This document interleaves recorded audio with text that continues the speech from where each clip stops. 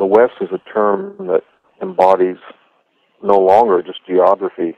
Originally, it was the west of Persia, that is, the area of Greece and Rome, and then later Northern Europe, and then later the Americas and parts of the British Empire, such as Australia or New Zealand or Canada, in which certain values reoccurred, and they were constitutional government, an emphasis on individual freedom, tendency to explain natural phenomena by reason rather than superstition, free markets, free speech, and not that these were always in place in the so-called Western mind through 2,500 years since the Greeks. After all, Hitler was a product of the West. There was an Inquisition.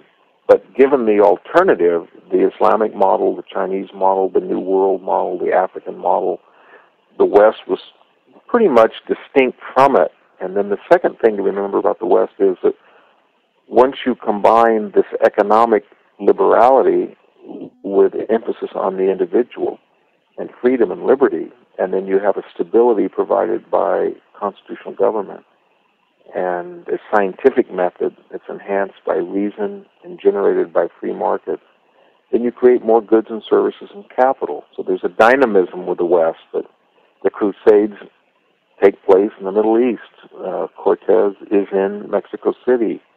Montezuma's not in Barcelona. It's not a matter of morality. It's just that Westerners have been able to exercise influence, as we see today in the whole idea of globalization, which is really a euphemism for Westernization, the application all over the world of Western ideas of business, government, communications, and science.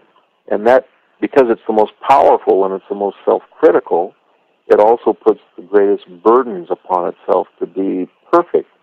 So a lot of people who haven't studied the system that they participate in, but they do know that it's self-critical, think that because it's not always perfect, then they don't think it's any good. They put impossible demands on it because they think that somehow we in the West must be gods rather than just mere humans. I think that's a fair rendering of what we mean in the historical sense of the West, and why it is that Westerners are so upset about our misdemeanors, and they tend to think that the felonies that they see elsewhere today even are either a result of some type of colonization or imperialism, and they see the others as victims rather than perpetrators of evil. It's this Western idea of self-reflective criticism that puts such an inordinate burden upon us to be perfect.